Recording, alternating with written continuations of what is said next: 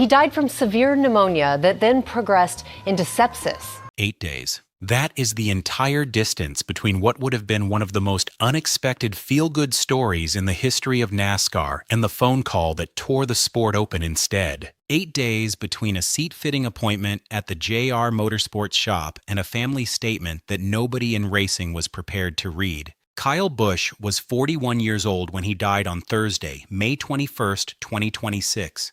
He had 2 championships in NASCAR Cup Series competition, 234 wins across multiple series, a wife who had stood beside him since 2008, a son already setting records on karting tracks, and a daughter who had just celebrated her 4th birthday 11 days earlier. What collapsed between a Tuesday afternoon spent laughing at an arcade with his kid and a Wednesday evening inside a simulator facility in Concord, North Carolina, is a timeline that still does not sit right for anyone who followed it in real time. And the details layered inside those 11 days change how you understand every single thing about the final chapter of his life. Dale Earnhardt Jr. did not post a Bible verse when NASCAR confirmed Kyle's death. He did not write a standard rest in peace message or upload a career highlight clip. What he shared on X was a story that nobody outside their closest circle had ever heard, and it landed with a specific kind of weight because of exactly what it said about 2 men who had spent the better part of a decade making each other's lives difficult. Dale wrote that he and Kyle had what he described as a really challenging existence together for many years, and anyone who followed stock car racing between 2005 and 2017 would immediately recognize that phrase as one of the most understated descriptions in the history of driver rivalries. The tension between Kyle Busch and Dale Earnhardt Jr. was not simply the product of competitive racing. When Rick Hendrick released Kyle from Hendrick Motorsports after the 2007 season specifically to open a seat for Dale Jr., that move attached something personal to everything between them, a quiet undercurrent of professional displacement that neither man talked about openly, but that both carried through years of garage interactions. The Richmond door slam from that same year became one of the most replayed and debated moments in the modern era of the sport, and it was only one chapter in a rivalry that never fully resolved itself through any on-track result. What Dale revealed in that tribute is the part that stopped people mid-scroll. Kyle was the one who walked toward reconciliation first, not Dale. Kyle walked into Dale's motorhome one afternoon and opened a conversation about how they each approached managing their racing teams, and that exchange became the door that neither of them had been able to find for years. Dale wrote that they eventually did media together, sitting down to laugh through some of what they had put each other through across all those seasons. And then Dale shared the detail that made everything heavier than anyone expected. They had been talking about Kyle driving one of Dale's late model cars at North Wilkesboro that summer, and they had scheduled a Thursday meeting at the JR Motorsports shop to get Kyle's seat fitted. Kyle had actually laughed at the idea of his own fans and JRM fans being forced into the position of cheering for the same driver in the same race. That Thursday was May 29th. Kyle died on May 21st. 8 days short of a moment, that would have been one of the genuinely great stories that motorsport almost never gets to tell about itself. 11 days before his death, on Sunday, May 10th, Kyle Busch was competing in the NASCAR Cup Series event at Watkins Glen International in upstate New York, driving the number 8 Chevrolet for Richard Childress Racing. For the first time all season, the car had genuine pace, running inside the top 10, navigating traffic, and moving like the version of himself that fans from the Joe Gibbs racing years remembered most clearly. Kyle looked like a driver who had finally turned a corner on a rough 2-year stretch. With a handful of laps remaining, he keyed his radio and asked his team to locate a specific doctor named Bill Heisel from Ortho, Carolina, saying he needed a shot immediately after the race. His spotter asked whether he wanted the doctor at the car or at the motorhome, and Kyle answered the motorhome. Fox Sports carried that transmission live, and Mike Joy addressed it on air without alarm because the surface explanation was entirely reasonable. Kyle had been dealing with a sinus cold all week, and Watkins Glen's road course layout, with its elevation changes and sustained G-forces, turns any sinus congestion into something genuinely painful to manage at racing speed. He finished 8th, the strongest result of his entire 2026 Cup season, and the garage moved on without a second thought. What the radio call contained, though, is a detail that registers completely differently in retrospect. Bill Heisel is not a standard track medic or a general practitioner working a race weekend. He serves as the director of motorsports medicine at OrthoCarolina and stands as the most trusted medical figure in the entire NASCAR garage. Drivers do not call for him by name unless they have a specific, established relationship and a specific need.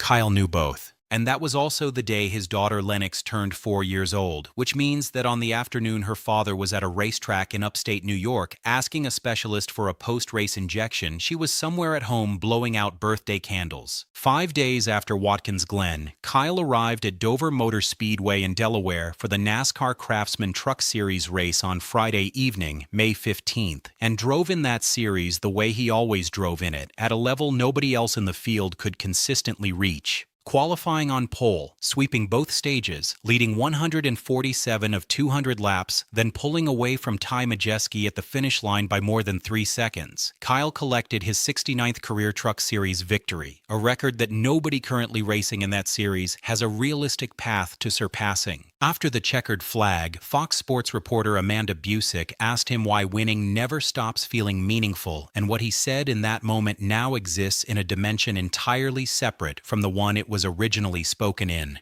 He told her you take whatever you can get because you never know when the last one is going to be, so you cherish every single one and trust him on that. He said it with a genuine smile, the kind that surfaces from a driver who had gone through 2.5 difficult seasons in Cup and was simply relieved to be back in a victory lane doing something he still dominated. In a follow-up press gathering, another reporter asked about future wins, and Kyle gave the same answer a second time. You never know when the last one is going to be. Twice in the same press session, 6 days before his death, Kyle Busch told reporters and cameras to hold on to winning moments because they vanish without any warning. Drivers use phrases like that the same way they talk about giving everything they have, and Kyle was clearly reflecting on a rough stretch in Cup competition rather than delivering anything more than a genuine sentiment. But watching that interview back now, with the knowledge of what arrived 6 days later, those words carry a weight that context alone cannot fully absorb. The following day at Dover, Kyle admitted to reporters that the cough from the previous week had been pretty substantial and that he still was not feeling right. On Monday, May 18th, Brexton Busch turned 11 years old, and Kyle posted a set of photos on Instagram tracing his son's life across nearly a decade of racetracks and victory lanes. Kyle and Samantha wrote together that they were deeply proud of who Brexton was becoming and that no ceiling existed on what he could accomplish. That post remains live on Kyle's Instagram account today, the last thing he ever published on social media. Samantha posted the same day about watching Brexton grow into this driven, funny, kind-hearted young person and described it as the greatest gift she could imagine, writing that no matter how tall he gets or how fast he eventually drives, he will always be her baby. 3 days after writing those words in a moment of complete joy, she lost her husband, and those sentences now carry a grief that nobody composing them could have anticipated. The following afternoon, Tuesday, May 19th, Kyle and Brexton drove together to Durham, North Carolina for the grand opening of an Andretti indoor karting facility. Mario Andretti was there in person telling stories from across his career, and a man named Nazidora, who attended the event, later told a local news station that he had watched Kyle and Brexton playing arcade games together in a way that felt too private to approach.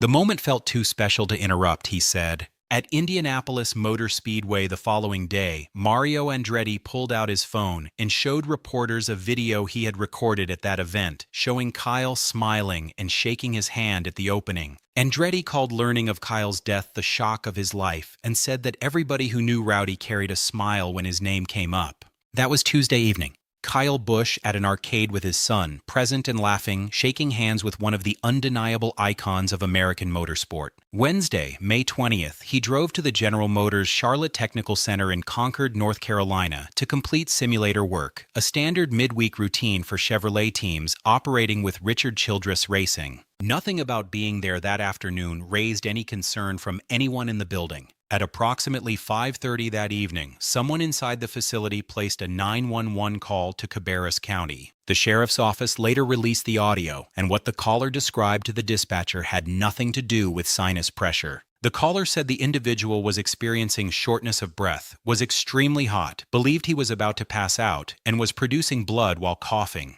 The individual was on the bathroom floor but still conscious and awake, the caller said, repeating that last point 3 separate times. Kyle was awake.